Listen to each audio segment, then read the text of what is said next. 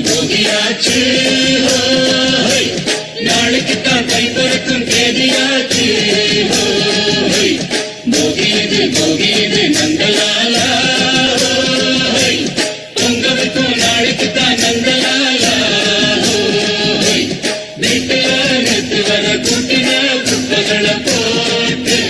முட்டையா கட்டி வச்சு மூளையே தீய வச்சு மூட்டு போகட்டும் தீமையெல்லாம் சேரட்டும் நன்மையெல்லாம் சாமி பொங்கலோ பொங்கல்னு பாடட்டும் பாட்டெடுத்து